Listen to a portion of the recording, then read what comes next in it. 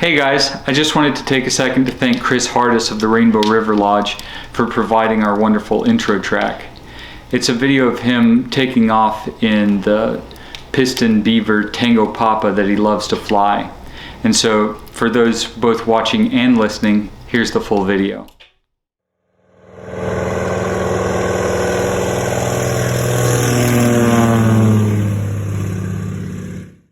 We're in. We're live. Not live. Yeah. Welcome, Jon, to the Pirate Podcast. Hi. So today we're doing things a little bit different. Aubrey, my beautiful wife, has agreed to interview me for episode 10 of the Pirate. So I'm sitting in the hot seat today. Yeah, you're not used to that seat. You're usually putting people in the hot seat. So here we go. All right, let's start off, Jon. How about you tell us about some of your qualifications?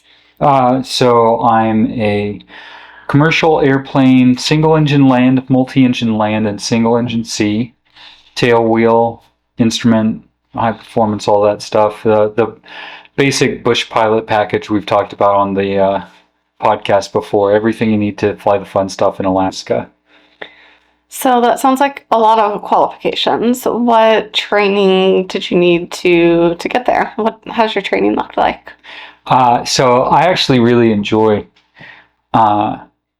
training, and as you know, I've tried to do some special training event every year since I got my qualification. So I went through, I did all of my primary and up to single engine commercial in Asheville, North Carolina, at WNC Aviation. And then I came up here and I got my multi-engine land next, and I got that at Blue River Aviation. And then I got my, I got aerobatic training in Las Vegas with Sky Combat Ace, and then single engine seaplane training in Winter Haven, Florida with Jack Brown's Seaplane Base. Okay, so starting out in North Carolina. Yep. Like when you started flying, did you always knew you wanted to fly, or like you started later in life? So walk me through that. So growing up, my dream throughout as long as I can remember was to be a fighter pilot, and that didn't end up working out. The Air Force has pretty strict standards, and I didn't meet them.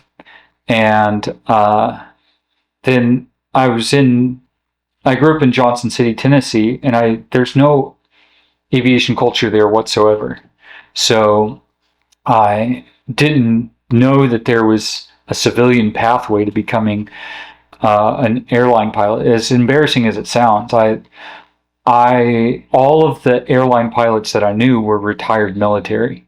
And so I just assumed that the only airline pilot jobs were taken by retired Air Force pilots. And so then one day I was at a bicycle meetup, and I overheard a guy talking to a lady and saying, "Oh, well, I've got this little thing I made. I'll take you out flying in." So let me clarify. You interrupted a pickup. A guy trying to pick someone up. I'm sorry, Mike.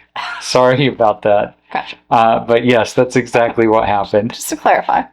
I whipped around. I lost all politeness. And I was like, "You have an airplane?" And he goes, "Yeah, it's just this little thing I made." And I was like, I want to fly in it. And he was like, "Yeah, okay." And I was like, "How about Saturday at 8? He goes, "Oh, okay." And he took me out, and I almost puked. And I immediately signed up for or I immediately got information on flight school. So it comes out now, the truth. Yeah. Signed up then? I didn't sign up then. I got information on the flight school and the college degree, because there was a 141 program where you could do both. And I talked to you about it, and you thought it was preposterous. You were like, "What? You want to be a pilot? This is the first I'm hearing of it." Yeah. Because I'd given up on it. I remember realizing I was like 28 years old. I was like, I'm never going to be a pilot, and it was like the saddest realization of my life. And so I was trying to tell you this after 5-6 years of marriage and 7 years of being together. And you were like, what are you talking about? And I remember about a week later, we just bought the Honda Fit that we actually just sold today. And I was getting new tires for it. I was in Tire Discounters or Discount Tire or whatever it was. And you called me and you said, "John, I've been thinking about it, and I think aviation is a good opportunity for you." And I never looked back. Started it all. Yeah. So take me through, you're obviously in Alaska now. Mm-hmm. We both are. So how did the training that you did in North Carolina prepare you for flying here in Alaska? Well, it didn't prepare me for any crosswinds or ice, I'll tell you that for free. Asheville is positioned in an almost perfectly north-south Venturi funnel through the Appalachian Mountains. And so when you land on runway 3416, well, there's been some, they've changed because of the magnetic north has changed. So it's 1735, I think it is now. When you land there, there's never any crosswind. And so I started dealing with those as I was building time out in middle North Carolina, but you deal with those a lot out here because a lot of times the small runways or the small villages don't have a lot of room to make the runway line up with the prevailing winds, and it's just space available. Gotcha. But the similarities are the mountains. I got really comfortable flying through the mountains. When you're only doing 55 knots, you can get pretty close. It doesn't feel super scary. What was your training like then? The training, you probably had to train extensively in the mountains when you were going to school. What was your flight training here? And did that help you? Here or in North Carolina? So did that help you? Unfortunately, the way that training is set up, even though I was Part 61 for everything but my primary, that Part 61 is, for those who aren't aware, there's two paths. 141 is basically a flow program, and so you sign up, and then it's single serving meals every lesson. And Part 61 is the way it all used to be. And the benefit of that is that everything's really standardized and it flows really easily into the airlines. And if you get a college degree with it, depending on the degree you get, you can get your hour requirements reduced to go into the airlines faster because it's so regimented and everything's trained in the same way. But Part 61 is more of a choose your own adventure. And so even though I was Part 61 and had a lot more freedom with my instructor, still most of the training is up at higher altitudes. So you're doing a lot of stalls at 4,000 feet. You're doing steep turns at the same altitudes. You do some short field and soft field landing technique, but as long as you're in a school plane, you'll be doing those on asphalt. Fortunately, I did get my own airplane, and so I was able to learn a little bit with my instructor as far as the technique for doing that on actual soft fields. What was that like, getting your own plane versus renting and having that experience? So I rented for 66 hours. I remember very distinctly because when I was getting my pre-buy inspection done, the mechanic laughed at me and he was like, "You got to start somewhere, I guess." I rented for 66 hours, and then I was in between. I got my private certificate, and I'd been doing some research, and all of the videos say, "Hey, look, the cheapest way, if you're going to go all the way through, the cheapest way is just to buy." And so I crunched the numbers myself, and it made sense, and talked to you about it, and you laughed. Yeah, I was not a buyer. No. So fortunately, I knew the way to your heart, which is PowerPoints and wine. So I got on Canva, and I made a gorgeous looking PowerPoint with accompanying graphs, and I spelled out the cost of renting for 250 hours versus the cost of owning an airplane. And, it does make sense as long as you make a career out of it. And so, like, the big thing is, like, if you're renting, you can quit at any time, and that's it. Like, you don't have to pay anymore. You don't have any other responsibilities. You can just wash your hands of it and walk away. Whereas owning, you're pretty committed, and so you have a lot of upfront costs. And so I sat you and a roommate down, and I served wine and a cheese plate, and I walked you guys through it, and I was like, "Look, we're going to have to cash in our retirement account. And if I fail, this will set us back 10 years. And here's why this is a good idea." And I walked you guys through it. And I don't think you were on board that night. I think you took another day or two, and then I kept sending you airplanes. Yeah, I think, like, I don't even know if I really said yes. I think you just kept sending me them, and you took my non-yes or no as a okay. Yeah. And I got one that with the style you like. Fortunately, all of the airplanes available. It did not have the, what is it? It didn't have the shag seats. It didn't have the shag seats. I was that close. What did you end up getting? I got a 1974 Cessna 150 mic with a Texas tail dragger conversion, which there are 3 of those options available, tail dragger conversions for those, and I don't like the ones that recycle the landing gear because it just sets you kind of weird. It was a little bit of a weird bird to learn on, but it taught me good footwork at least. I had to really be on the ball there. It had a stole kit, so I could land it pretty slow. I was already a slow bird, but I could land it well below 30 knots. And then it was also, weirdly enough, instrument equipped. So I ended up putting in 77 hours of actual instrument flying in that bird.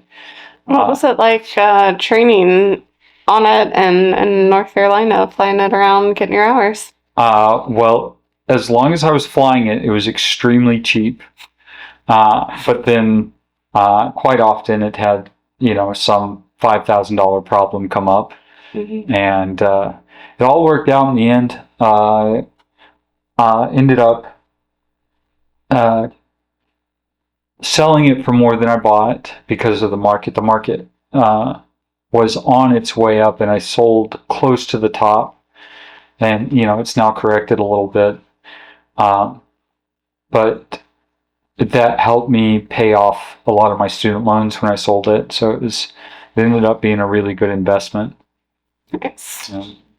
Do you have any, before we move on to Alaska, do you have any stories you would like to share from your North Carolina flying and your wonderful bird? Let's see.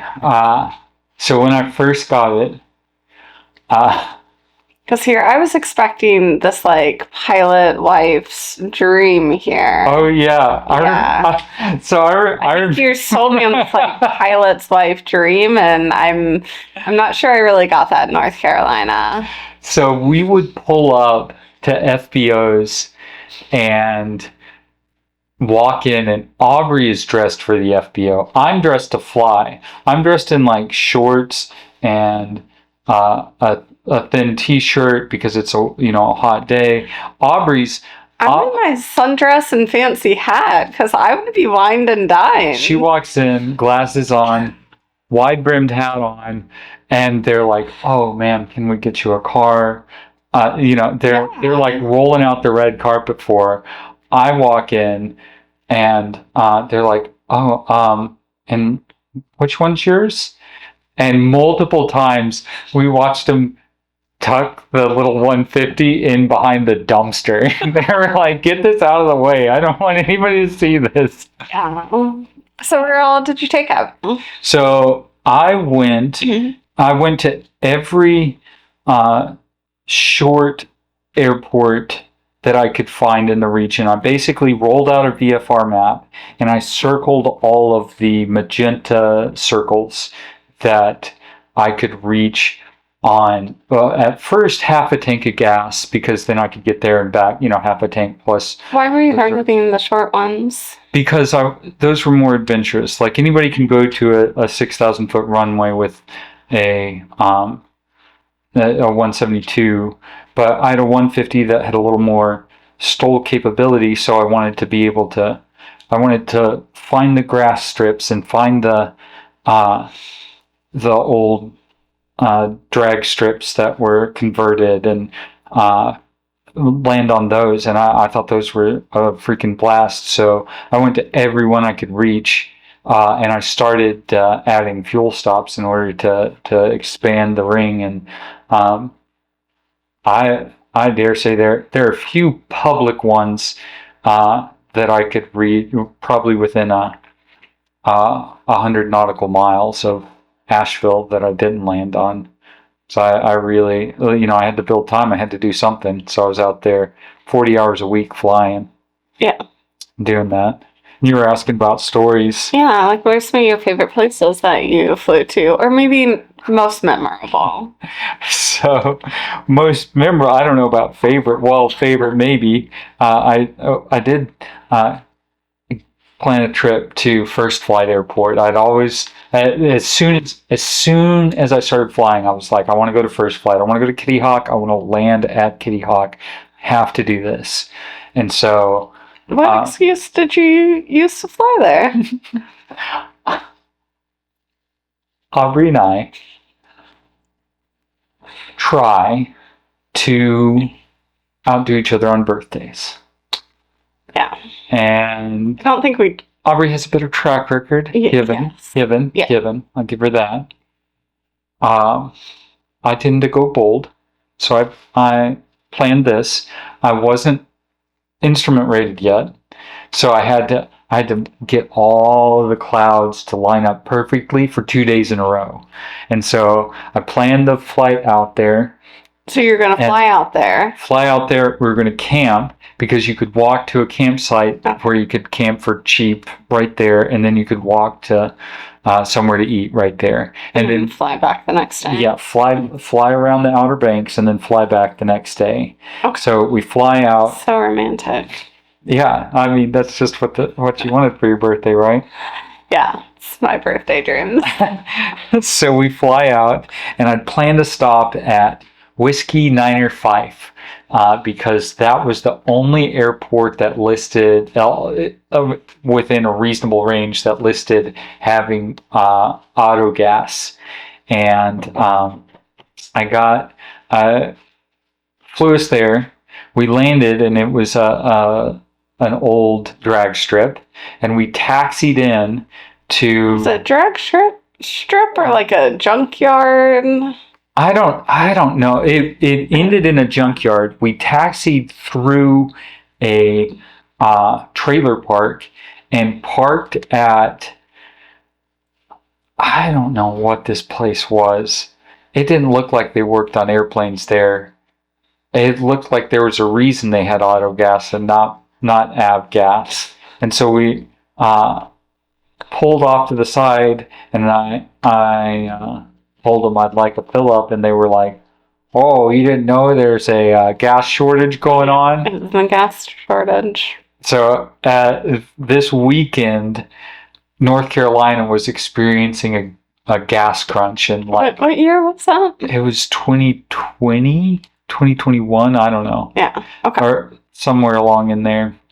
2021, I think, because it took like 3 months to get the airplane. Okay.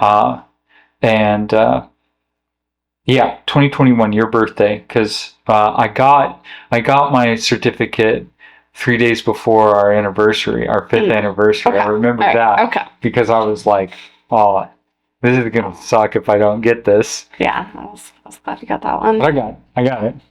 Oh. So we there was this fuel shortage. They didn't have auto gas, and of course they didn't have av gas because they barely ever saw an airplane.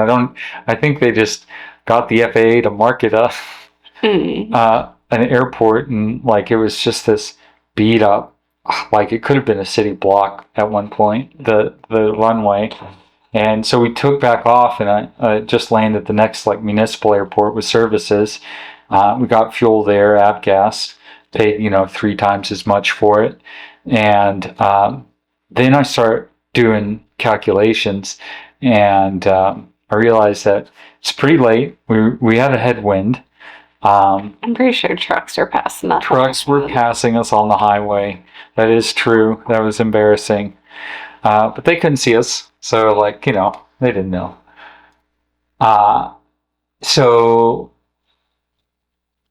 I was like, we can't make it to first flight before sunset, and that airstrip closes at sunset, and that at that time, Asheville was closing at night for construction. I don't know if it's like just that night or just around that time they were closing for construction, and I was like, we can't go back and get to Asheville before night either.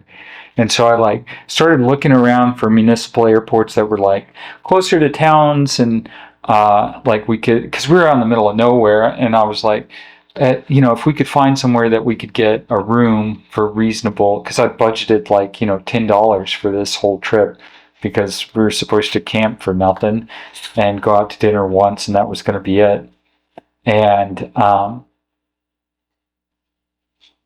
I couldn't find anywhere that was reasonable that I thought we could get to with the weather and everything. And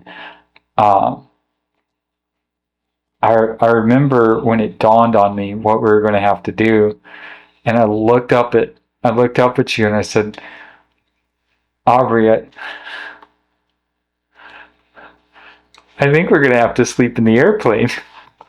I'm pretty sure I just refused to accept that. You laughed at me. Yeah. You were like, started looking. She was like ready to get an Uber from the next town over to take us. Expensive. Yeah, it was going to be like $100-something to get an Uber to an Airbnb that was going to be a few $100s. Yeah. And she eventually consented, and we went out, and so I did try to maintain a good attitude. You did. I really tried. It was more of an attitude of incredulity. It was like, I can't believe this is actually happening, so I won't believe it. It's just, I can see this. So we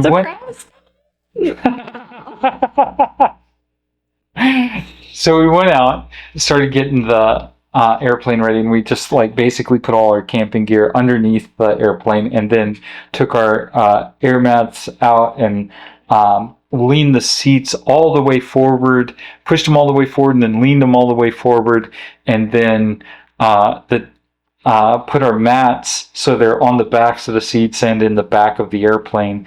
And the 150 is a tailwheel, so it's sloping downwards.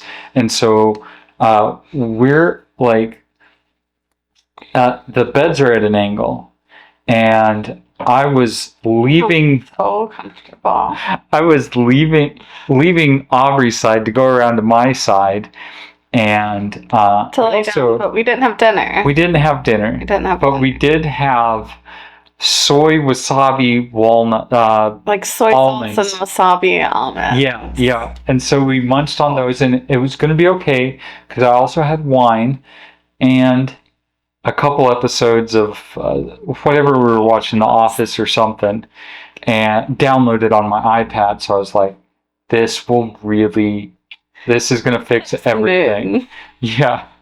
So I go to walk around the airplane, and I hit my head so hard on the wing strut that I actually blacked out and fell to the ground, and Aubrey caught me and laid me on the ground, and I was out for like 2 or 3 seconds, and I came to, and I was like, okay, I don't think we need to drink tonight. Nope. And so we got in bed. So okay, we still got our almonds, and we still got 3 episodes to watch. And I open up the iPad, play the first episode, and it was like 3 episodes in the future. Yeah. And so we couldn't even watch that.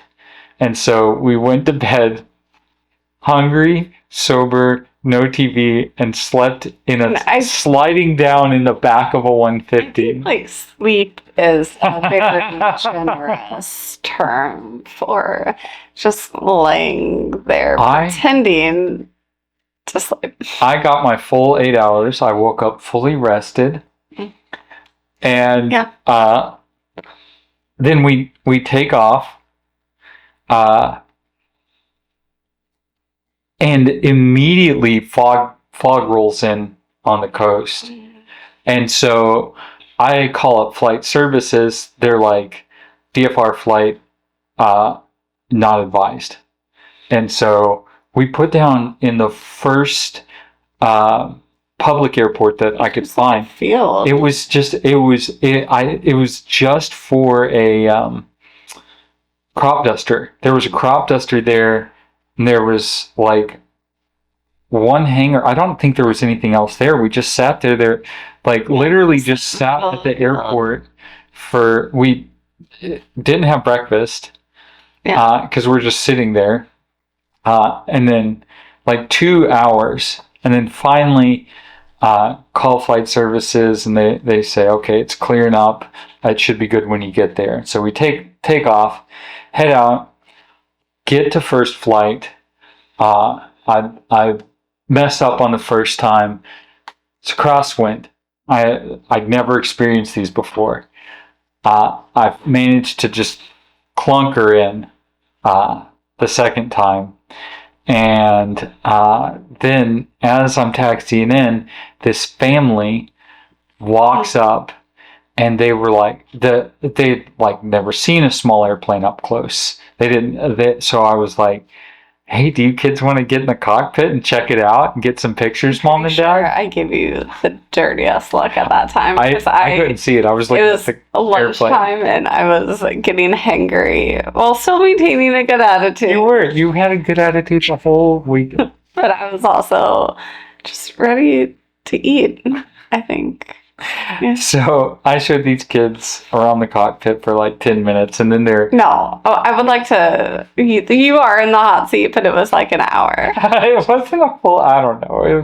It was more than 10 minutes. I'll admit that. But do continue. So then they gave us a ride into town. So we got a nice meal. Of course, now that our flying wasn't interspiced with sleeping, you drank for lunch, and then I had to just have a water And then we took off and we flew over the Outer Banks, which is a really cool experience. It's a really weird area because you're like boxed in by airspace all over and MOAs, military airspace. But it was gorgeous.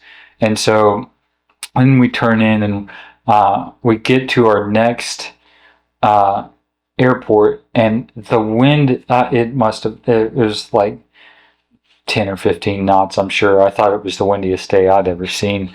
And it was right across the runway. And in a squirrely little tailwheel, I went around the first time.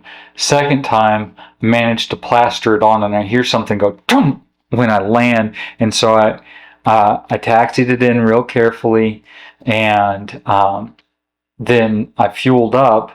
And then before I did the pre-flight, I wanted to get it to push it out of the way so I wouldn't be blocking the fuel. And I went to push on the tail, and the tail wheel collapsed.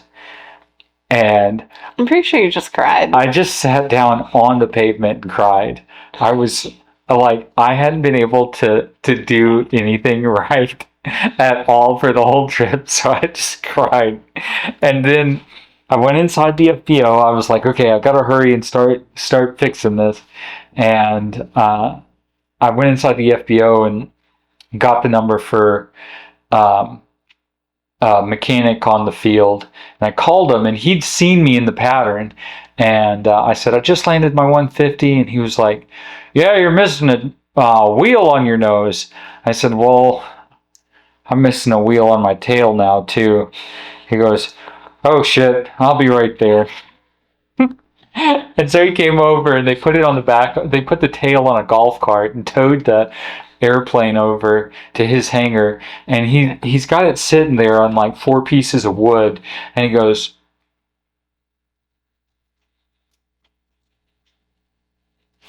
do you need that piece? And he points to the tail cone of a 150, and I was like, no freaking way.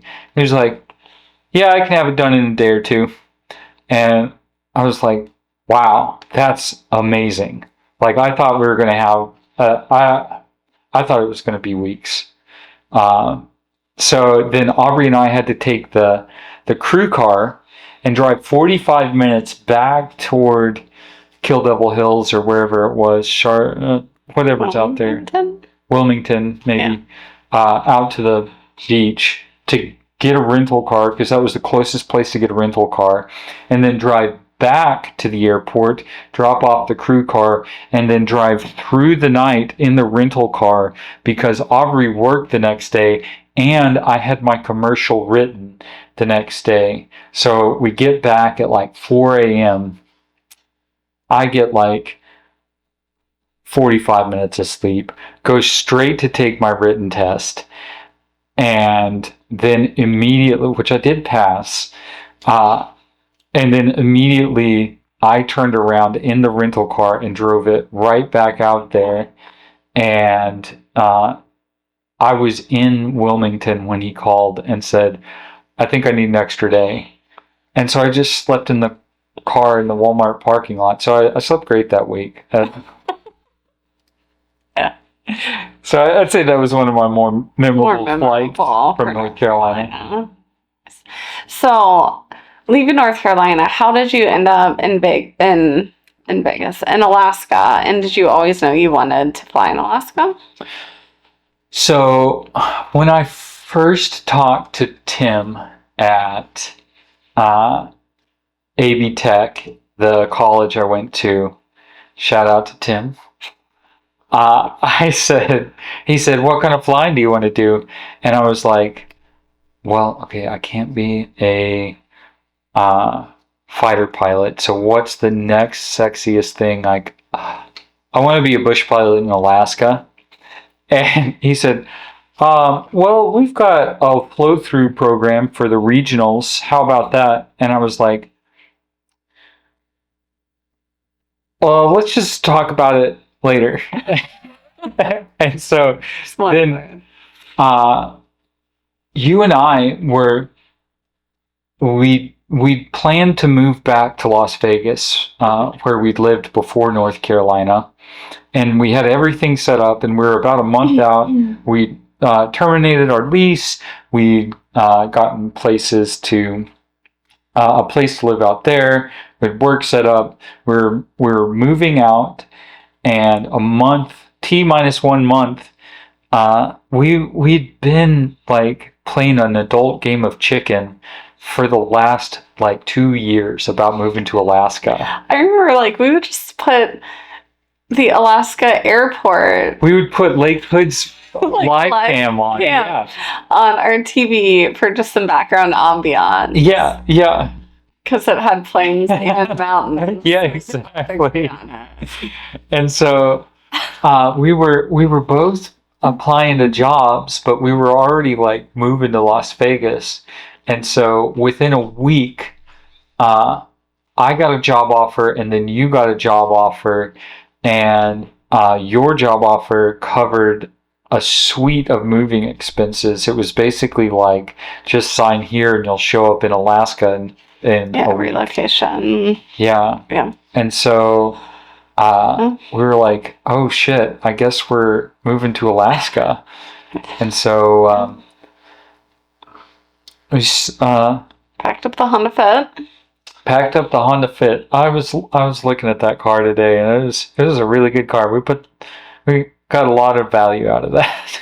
We drove it across the continent. But yeah, drove it from North Carolina all the way up the Alcan and down to Anchorage, 4,300 miles door to door. With 2 dogs. 2 dogs, a cat, 2 bikes, and more of our belongings than I would have preferred to put in that car. Yeah. And you made it here. Yeah. So tell me about what kind of flying you do here. What's like a day in the life of flying in Alaska? So right now, I do have probably as close to my dream job as I can imagine. I fly for Lake Clark. I'm a multi-engine pilot for them, and I'm also a multi-engine, single-engine VFR and IFR instructor for them. So I get to fly big birds high and fast, and I get to fly low and slow as well. So I get a wonderful blend of all different sorts of flying. The variety is really, really engaging, and it keeps me on my toes. It never gets boring. Even during the summer, when I'm like, a lot of times during the summer, I'll have like 3 flights to Port Ellsworth, and on a good weather day, you'll be through the pass, Lake Clark Pass 6 times, because it's all tourists. And it's like, even that's really cool to me, because these people a lot of them have saved up for years to come to Alaska. They want to see Lake Clark National Park, and they'll take Katmai while they're at it, and to get to put those people on an airplane and fly them at 600 or 700 feet through Lake Clark Pass is just a really cool experience. And then some days I'm up at pretty high and icing up and in solid IFR all day long, and I like that. My passengers don't appreciate it as much, but I do enjoy that. Like, those sound like longer days. They are like, they're it's hard work. Mm-hmm. You're constantly making sure that you're doing what's right, and that you're listening for clearances, and that you're you're taking into account your turbulent air penetration speed and your icing speed, which then closes the envelope in which you can fly to. In the Navajo, it's 19 knots that you have to work with. In the 99, it's a little bigger than that. because you go 150 to I'll have to look that up. Yeah. Sorry, Aaron. But yeah, it gets really challenging, and you start having to take a lot of different factors into account. And I enjoy that challenge.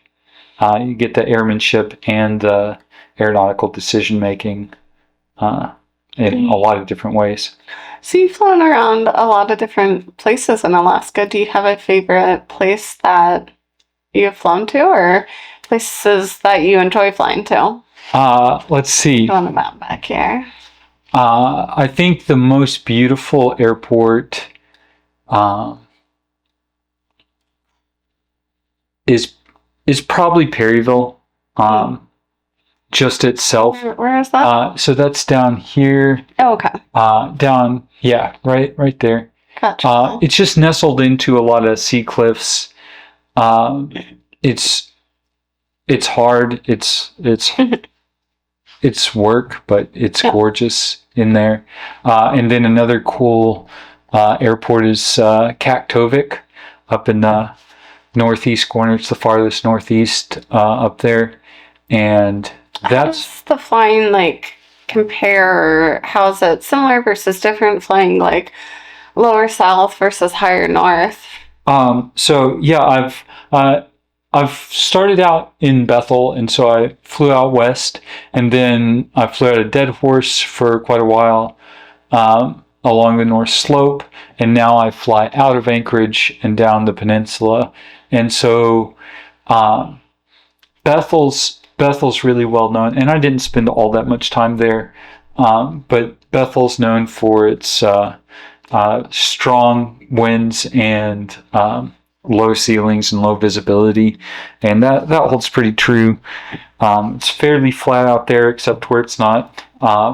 And then you go up north, and you get a lot of the same, but the bigger problem with up north is the temperature. You start getting down below about -20, and things just start breaking, especially on pistons. Plus, any time spent on the ground, it gets really dangerous for the pilot really quickly. And so there was... Did you have any close calls? I had this point where I was... it was -30 up there, and I had to stay on the ground in Nuiqsut for... It was something like 15 minutes. And I started the airplane a few times just so it could keep running. In fact, I might have run it the whole time, but you don't get all that much heat when you're not flying, and you don't get all that much heat when it's that cold either. And so by the time I took back off,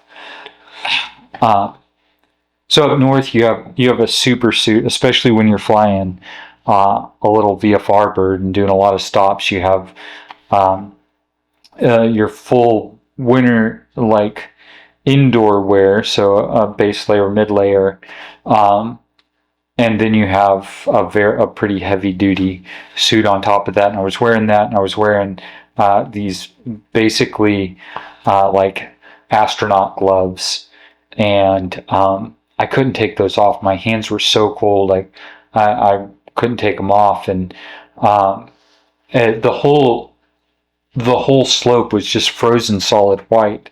So I didn't want to fly and miss where I was going, so I flew north until I hit broken sea ice, and then I turned left, or I turned... No, I can't remember if it's west, I think. So I turned right. Anyway, I turned toward Dead Horse. Man, that's embarrassing. I turned toward Dead Horse, and I flew along the broken sea ice until I could see the lights of the city, and then I turned toward it. By that time, it was warm enough in the airplane that I could use my calfskin gloves to operate the radio. Mm-hmm. And yeah, it was pretty cold. Sorry. Oh yeah, I got a tea and a water over here. Oh. So another story I do want to ask about, because it's been brought up a couple times in the podcast. Would you like to share that story with us today? Yeah. So I didn't want to talk about this before because I didn't want to take away from the guests who have so graciously come on the podcast. But back in November, I was flying down in the Chigs, of course. If you're familiar with the Chigs are right here, Chignik Bay, I think. Yeah, right there. Right. So I was flying from Perryville to Chignik Bay. It was a pretty gusty day, and it's about halfway between Perryville and Chignik Lake when I looked over and my left engine was on fire. And I immediately responded with the engine fire in flight emergency procedure, which then leads into the securing engine in flight procedure. And that didn't put it out. And so I kept flying. And right about that time, I had two passengers on board, a woman and a man, and the woman was right behind me, and she noticed and she screamed, "Hey, we're on fire!" And I said, "Yes, ma'am, I know, and I'm doing everything I can to put it out." And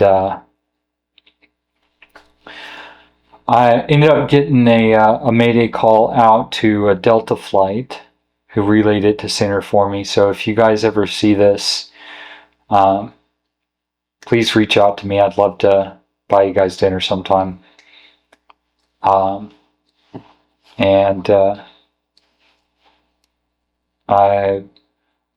took me about 10 minutes to get to the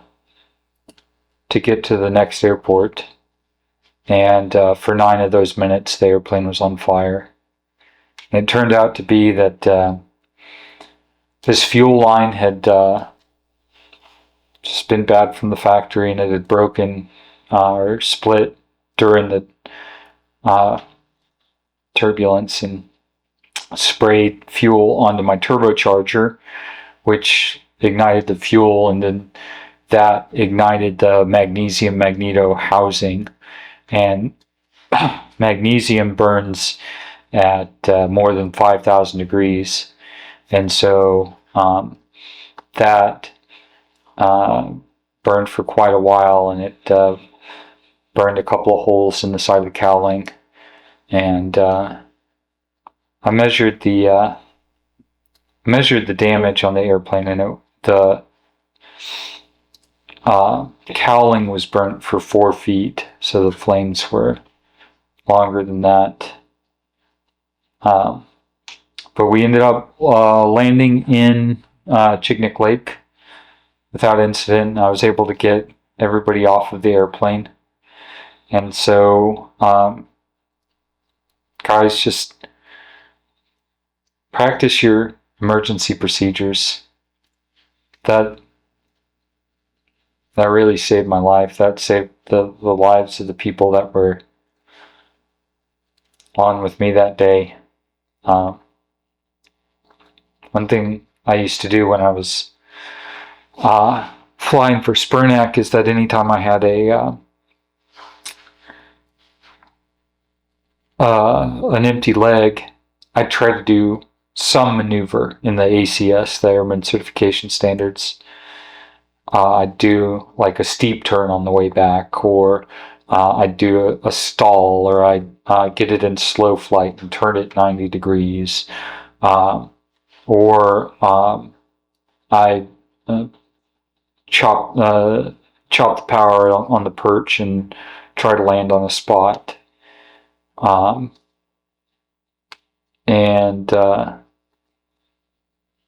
yeah, I think that just being familiar with the emergency procedures saved our lives that day. Yes. I was going to ask, like, if there's any advice you would give people for kind of staying alive. Has there been any other advice that maybe someone has given you that has been super helpful?